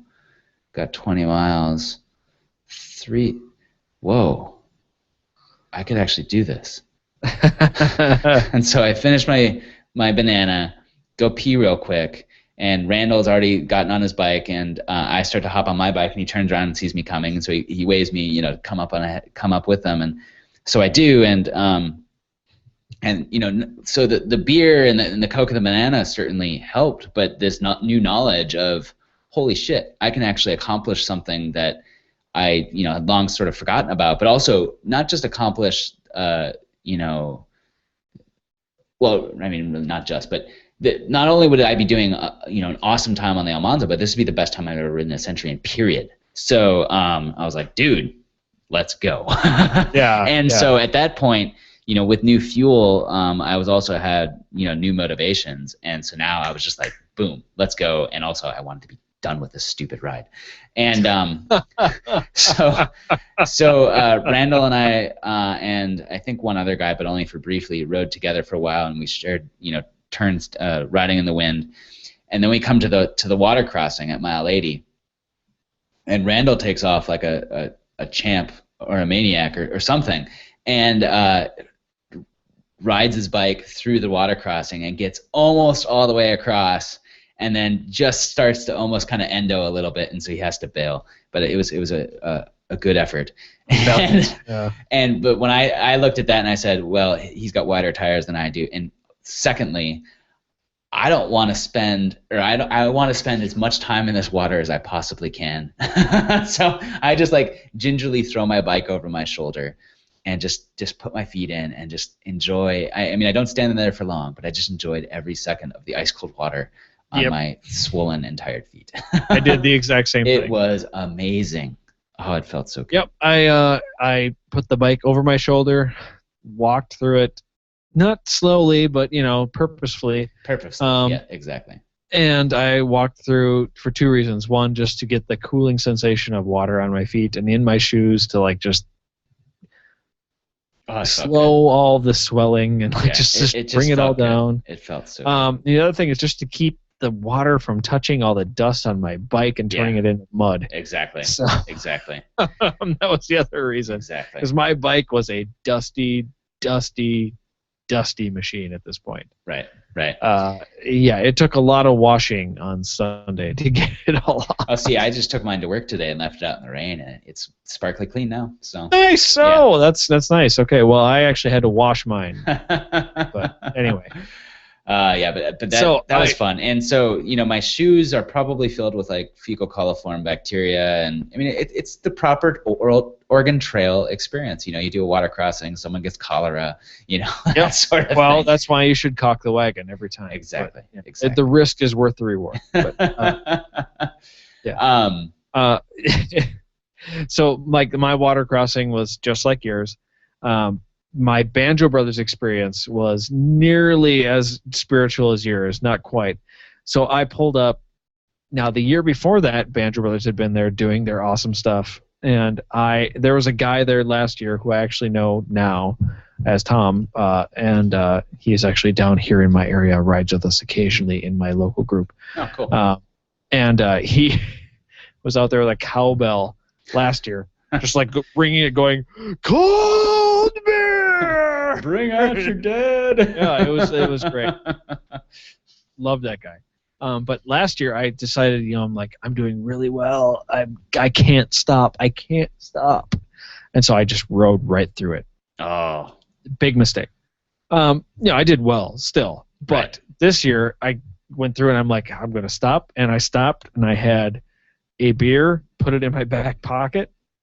I had like 6 Oreos on the bike. Here we go, and like just off I went.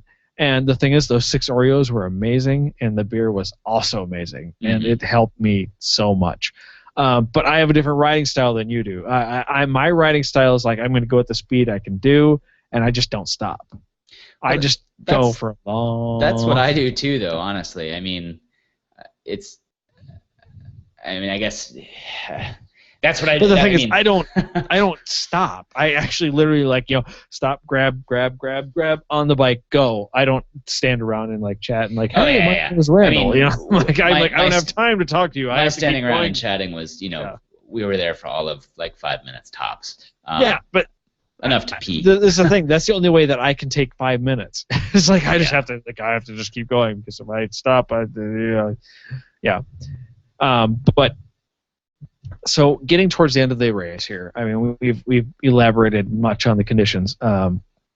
So riding to the end of the race, naturally, as with all the Almanzos that I have done, all two, headwind all the way in, and apparently that's a theme for Almanzos, but it's probably because you're going to the west. But you know how it goes. Yeah. So riding in. It was actually really awesome to finish this race and actually see Chris there at the finish shaking everyone's hand. Now, last year he wasn't there for good reason because he was diverting people from trying to kill themselves in a river. Yeah. The thing that was a creek for us was a roaring river for them. Yeah, it was craziness. And so he was out there like waiting for the last person to come through and say like, no, don't go this way, go this way. Because he's incredibly dedicated to his race. But this year everything's safe, everything's cool. Right. Everyone's accounted for, all's well. And so he was out there, at the end, shaking people's hands as they came through. And I just want to know, Andrew, what do you think of that? I mean, you come in, you finish this race, you've done it in a really good time, you've pushed through some, amazing pain, and you come through the end here, and you're like, hey, and there's this guy who's like, by the way, I'm the genesis of your pain. Yeah, that's what he said. He's like, oh hey, how's it going? And he's like, so what'd you think? And I'm like, what do I say to you? It was good. Like, what do you say? It's like, what do you say to somebody who's like, what'd you think of it? And the thing is, part of you is going like, I hurt so much right now, I want to punch you. Exactly. No. Yeah. But the other part of me is going like, you know what? I had so many experiences here that I'm going to spend 3 hours on a podcast talking about it. Exactly. and thinking about it for several days after and talking about it with at least. And then I'll probably be back next year to do it. Probably, yeah. No, I think I said to him that, it was good. It was hard, but it was good. I think is basically what I managed to mutter. But it was kind of a funny, so what'd you think? I was like, well, as I came in tomorrow. As I came in, I shook Chris's hand. We gave each other a hug, and he's like, how'd it go? And I'm like, it went. Yeah. Because at that point, that was all I had. Yeah. And because my knee was hurting so bad, I started having knee problems at around mile 75, 82, somewhere in there, and that was an issue. I figured it out today. Actually, it was from my like thigh muscle, or not thigh muscles, but shin muscle areas. It's very weird. Put a lacrosse ball on there and like hit a spot, and it made me want to cry. Huh. I was actually going to sit down here and do that while we were recording, but I figured I'd be like, yeah, that wouldn't be very great. So, but I need to work on that. It is an amazing thing though, and I think it's a thing that Almanzo does really well, but all bike events do, even if it's just for 5 miles and it's something you're not used to doing, is that hurt, but I liked it. Yeah. Well, and the fun thing about this event, and I guess this is kind of true of a lot of the other gravel races that I have done. Not so much the gravel champs, and a lot of the reasons for that I suspect too is because it's November and it's freaking freezing out.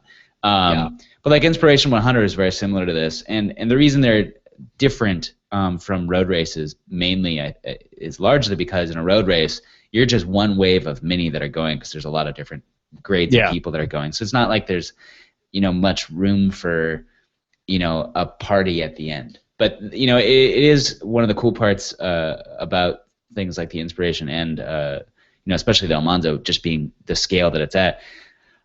It was fun, and for me a little confusing based on the cue cards, because like the cue cards made it seem like, okay, there's going to be a line that you're going to cross, and then you're going to have to go a little bit further, and that's where and I crossed the line. I'm like, sweet, I crossed the line, but I need to keep going. Why are you stopping me? Yeah. And I was like, oh wait, there's a barrier there. I stop here. Okay, party. So, and it was just fun to everyone who had finished, they just throw their bikes down. We're all laying on the grass, and eventually someone brings out some beer, and it's just hanging out and having a good time. So yeah, it was more about, as we said at the beginning, it was like, I'm going to ride a long bike ride with my friends. Right. The race part of it is definitely there. You want to do the best you can, and you want to push yourself as hard as you can. Right. But at the same time, you should never for these type of rides anyway, let that kind of mentality get in the way of having fun. Right. Or challenging yourself, and then like this year, like I didn't do as well this year as I did last year. And partly it's conditions, partly it's I had a knee problem. Like there are lots of excuses, but it was more the fact that even though all those things happened, I finished. Yeah, I'm happy with that. Yeah, like at the time, I was not happy with that. Well, I was very much like, oh man, I can't believe it. Like I was slower. Like all these things happened. Like, oh, what did I do wrong? But now it's been a couple of days, and I'm like, you know what? It was harder this year, and I did as well as I could. I pushed as hard as I felt I could and be responsible. I didn't hurt myself. Yeah. And that's one of the things I was actually really worried about. That was maybe the thing I was the most anxious about coming into the race, is that for some reason, and the reason really is that I've been pushing really hard on my bike lately, both in trying to get trying to do the crits, obviously, where you're pushing hard, but also doing my hill climb training, and trying to get KOMs that I've been oogling or ogling or whatever for lusting after for a long time, and finally getting them. So I've been pushing really hard, and that seems to have flared up an injury from a year ago, from my very first injury, with some ligaments in my ankle. And so I was super worried coming into this race that this pain I've been having a little bit would get to the point where I would have to back out and stop. And then during the ride, my lower back, from basically starting at mile 20, was just killing me. And so through the whole ride, I was just constantly in agony from the knots in my lower back, just from pushing so hard. And so all along the ride, I had that. And then my ankle was constantly just sort of this niggling little pain. And my knees were starting to sort of bother me. I'm just like, oh no, is any one of these things going to be the thing that makes me need to, either slow down or, worse, stop, and because at a certain point, there comes a point where you say, as this is enough, as you wisely did, and said, I'm not going to ride these hills because my knees hurt. There's a point where you have to pull the plug because it's just stupid. So that's what I did too. And this is something I really would like to drive home with a lot of people who are maybe thinking about getting into cycling in a group competitive, any kind of environment where they're going to be pushing themselves, is that know your limit. And no, actually, I shouldn't. I hate saying know your limit, because I need to push beyond my limits. Yeah, well, I think you do. Know your real limit. Well, right. I think recognize stupidity. Exactly. That's exactly it. Because I think limits is not the right word. If you're tired, that's one thing. Yeah, because pain is part of cycling. I mean, it really is. Yeah. When it comes down to it. Pain is, but let me just say, okay, so there's fatigue. Yeah, exactly. And there's muscle soreness. There's the pain cave, and then there's doing damage. And then there's damage. Exactly. You kind of know where you have to figure out where that is, and please listen to us in this, and that if you think you're actually doing damage to yourself, and it's not just boy, my quads hurt, my quads are tired, and so are well, keep going. Right. But if it's how mine was, okay, hang on, when I push down on the pedal, my knee says, don't do that. Mm-hmm. And why is it saying don't do that? Well, I don't know exactly why. This isn't it's not normal for me. I don't normally have this happen. It's different that's where I go, okay, I'm walking these hills. Right. I'm like, if there's a serious hill that I'm like, ow, ow, ow, as I'm pedaling up it, like, no, that's stupid. Mm-hmm. I'll Mm-hmm. yeah, did it destroy my time? Did it make me not get my goal? Yeah. But guess what? My knee feels okay today. Yeah, So yeah, exactly. I'm going to be okay to pedal my next event. And Right. and if I keep working, stretching my muscles and, doing things the right way, I'll be stronger next time. So that is the other thing I'd say about gravel races, any races, endurance, whatever you want to say, is please be careful. Mm-hmm. Don't push yourself to the limit that you're going to hurt yourself so you can't do anything. Right. Yeah, because that's not useful. That doesn't push you forward. That just takes you backwards. So yeah, and you'll feel great for a little bit. You'll be like, yeah, how awesome am I? But then you'll be like, guess what? Video games are good again. Yeah. So be careful. Yeah, exactly. Video games are awesome, but like, man, just not the same anymore. I like Word funny. Hero. Word Hero is pretty great. Play it on a toilet. Where else does one game, honestly? Really? I need to put that actually as my, on Word Hero. If you know Word Hero, you know what I'm talking about, but it's like a scramble game. Or boggle, scramble, whatever you want to call it. But so they have this little hashtag thing, and I actually saw one who they actually put on there is like, if you see my name on here, I'm on the toilet. I'm like, that's so true, So because I guarantee you, 75% of all the people. Exactly. Yeah. Yep. Yeah. It's for me. It's playing the game threes while doing the twos. Yeah, or the one. So, well, 1 and 2 at the same time. That's like 3. That's like a 3. Well played. Well played. So back to bike riding. Yeah. I just thought I'd bring us down to the gutter just for a little bit. Yeah. It's good to visit our roots. But so towards the end of the race for me, I did the river crossing with Randall, and at some point we just got separated by the wind, and I was again on my own. And this time, it was me. At this point, it was me against the clock, because I was just watching that thing, and I was just trying to do math as best I could to say, okay, I can maintain this speed, and I can beat 6 hours. I can do this. And so I was just, full on head down, racing as fast as I could to see if I could beat it. And then the headwind came, and I was looking at my speed, and I was like going 13, and I was going as hard as I could, and I was like, no, not gonna happen. And of course, it was, fine. I'm still gonna get there fast, but it was a little sad, just like, because the thing that was beating me there was the winds. That you can't do anything about that. It's so whatever. Who cares? Yeah. But so then. Oh no, you got beat by nature. Exactly. Damn. How could that happen? Damn you, nature. But then of course comes Oriole Road, which everyone had talked up, like, oh, wait till you get to Oriole Road. Yeah, well, it's bad. Yeah. And I had already discovered at this point in the ride, like many hills before this, on my now gravel bike, if you want to call it that, was this hand-me-down bike that I've been riding for years, and up until really last year, I had many times it came with a triple crank, and I had many times, in the past. Up until this last year, I'd used that thing lots of times. But as I got more fit and more into cycling, I had never used the granny gear ever. Like it, and when I first started to really get into things, I'm like, I need to stop using that because I'll just get stronger if I use the other gears. And I found relatively quickly that I never needed that thing.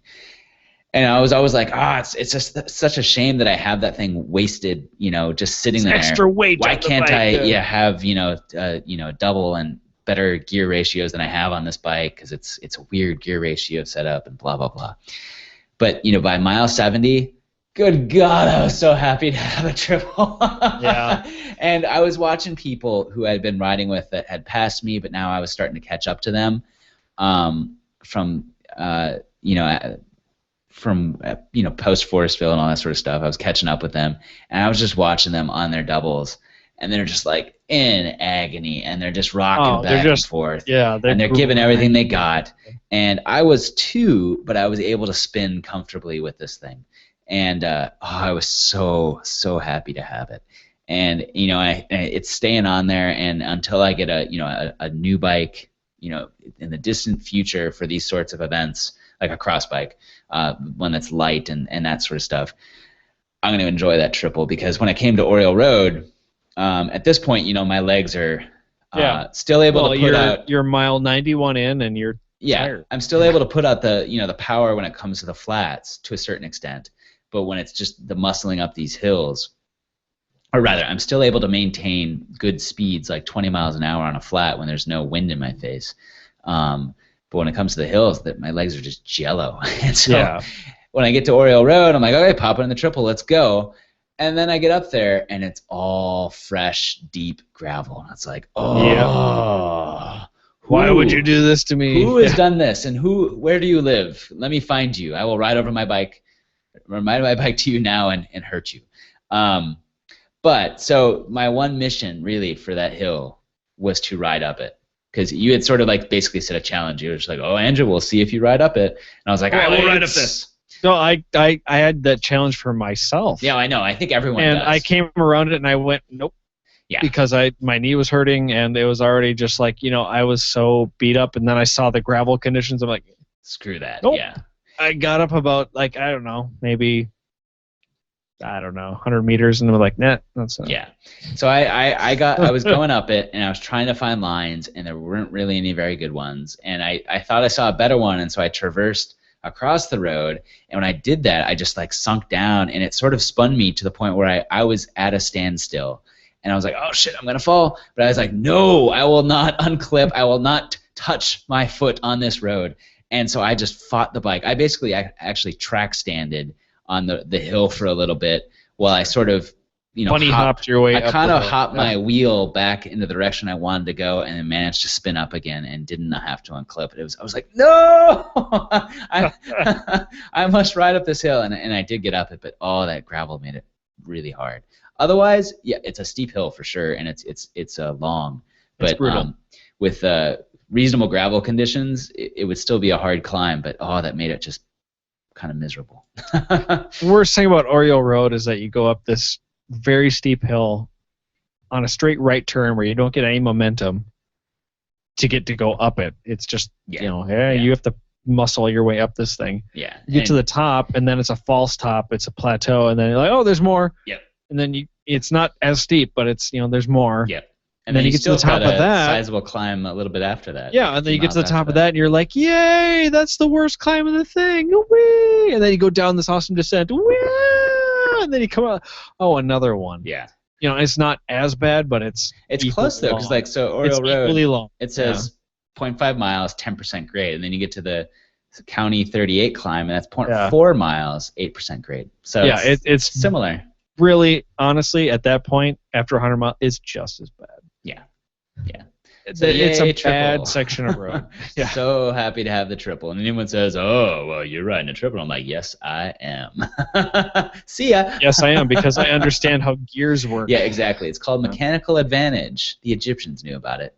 Yeah, Maybe you'll catch on someday. Well, that's the thing that I was actually pining for the entire hill ride, especially after mile 50, was like, I love my cross bike. I think it's great. Problem I have with it is that the cassette in the back is geared for road. It's not geared for gravel. Mm-hmm. I would love to have 10 more teeth on the lowest ring. I mean, it would have saved me probably my knees on the ride. Well, that and a compact on the front would be better than your 54. Well, there's 54, but it goes all the way down to 30. That's true. I mean, I have a triple too, so I mean, it's 54, 40, 44, 30. It's okay. Weird. Okay. Or maybe 42. You got close to the gearing that I have on my bike. Yeah, it's the big ring on it is ridiculous. I never once used it in the entire Almanzo because it's ridiculous. On road rides, yes, I'll use it, but rarely because I just don't have the legs to push it. But anyway, off topic. Oh, excuse me, yawning. It is late, Andrew. We need to wrap this. Indeed. Yeah, we need to wrap this up. So, Almanzo, 100. Great ride. Totally worth doing. Thank you very much, the entire Skogan family, for taking the time out of your lives to put this on. Thank you, all of the volunteers who are out there, dedicating your time to just let other people ride bikes. That's pretty amazing. So. Oh, and the spectators too. Yeah. Like when I got to the top of Oriole Road, there was some two ladies sitting out there, and they were handing out bottles of water. They're like, "Do you want some water?" And I'm like, "No, thanks." They're like, "Keep going." I'm like, "Thank you."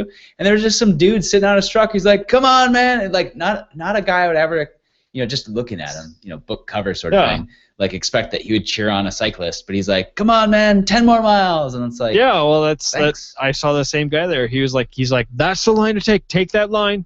Keep going. 9.6 miles. Go." And I'm like, yeah, so cool. Wow, thanks, dude. That's awesome. so cool. Awesome. So thank you, man. Yeah. There's so many people like that on the entire Almanzo course who make it just an amazing ride, including all the other riders. Thank you for coming out. Please keep coming out. Do the Almanzo. Do the Royal. Do the Alexander. Do them all. But also, I really do want to make one little pitch here just because I think it's important. Sure. Is that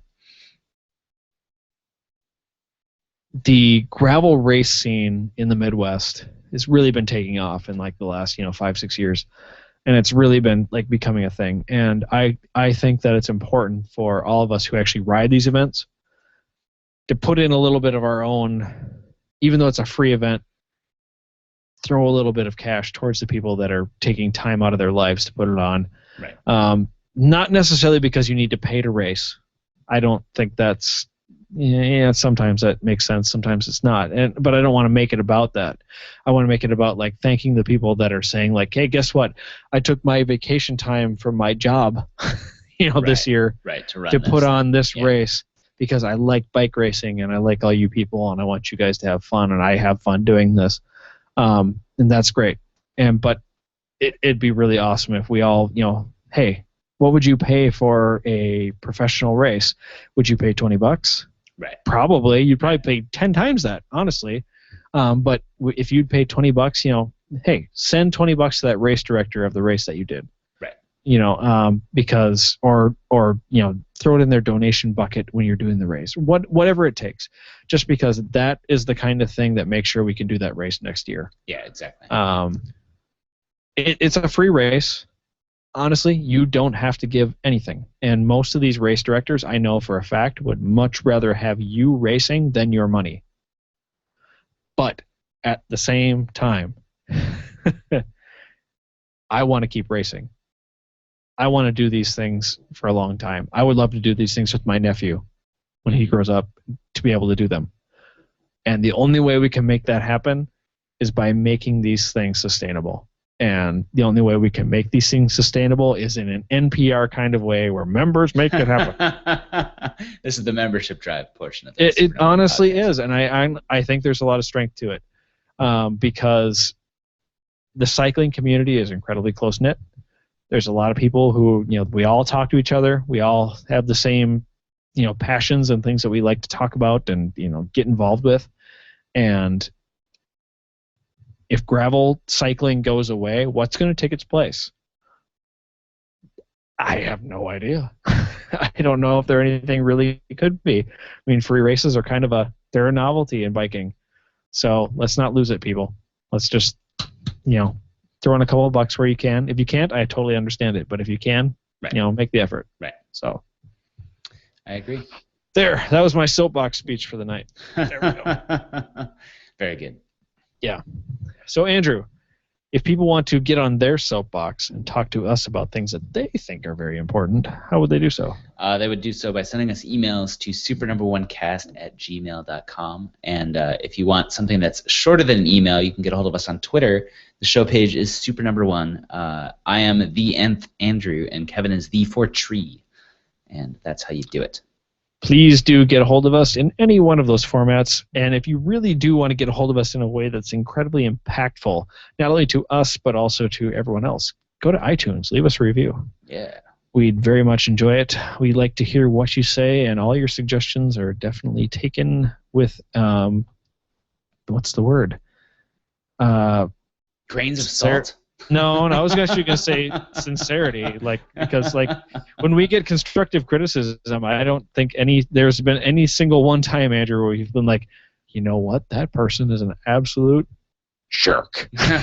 We've always been like, oh, they got a point. Yep. And because most of the time, if it's a real point, we see it. So, but yeah, please leave us your reviews, leave us your suggestions. We'd love to hear. We'll love to see them. So. Absolutely. So Andrew, that's another episode. It is another episode. So now that the swelling has gone down, a little bit at least. Mine is actually, I'm feeling pretty good today. My ankle wasn't bothering me for most of the day. It's back a little bit right now, but still have my Almanzo tattoo. That's good. Yeah, but so now that the dust has settled, my eyeballs are mostly purged. I've coughed up. My cough, the Almanzo lung is almost subsided. What are your goals? One, are you already planning on doing next year's race? And two, what's your goal for next year?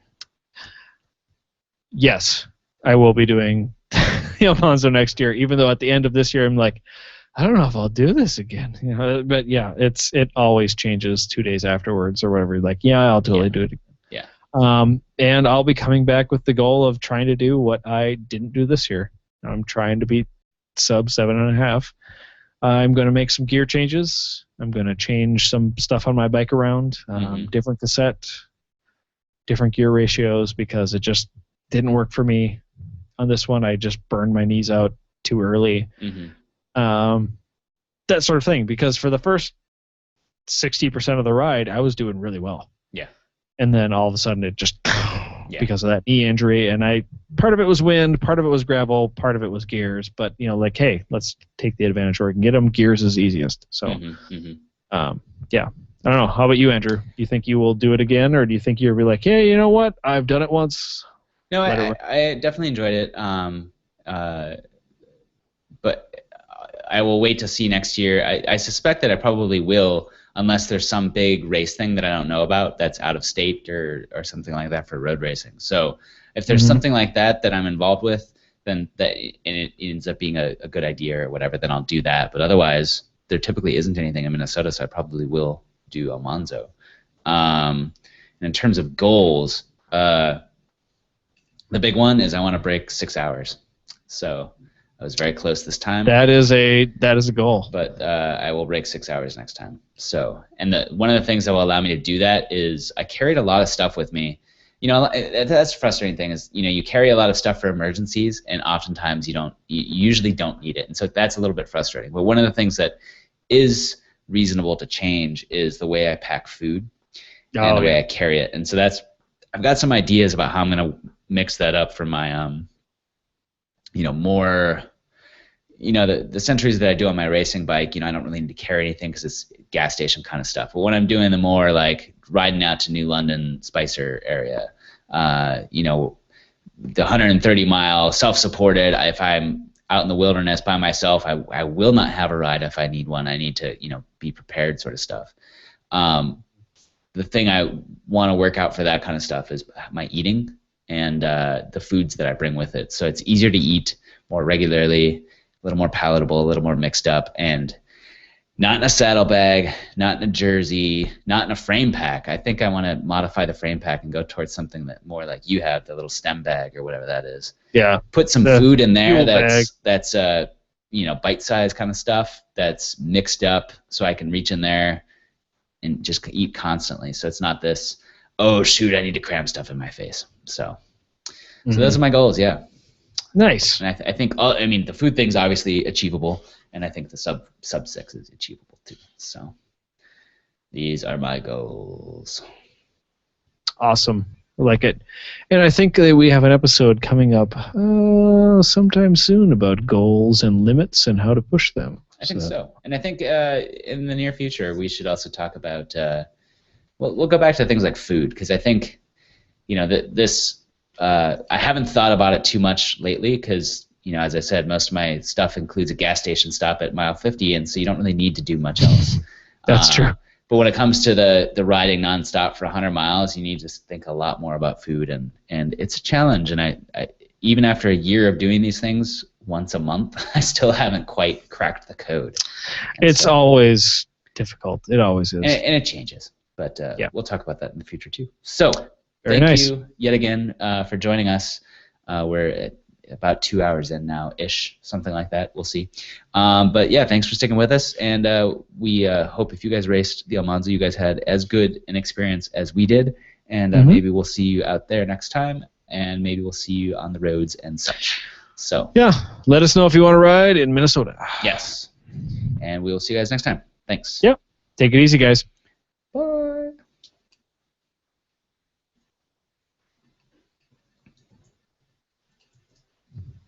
Okay, the recording is stopped, and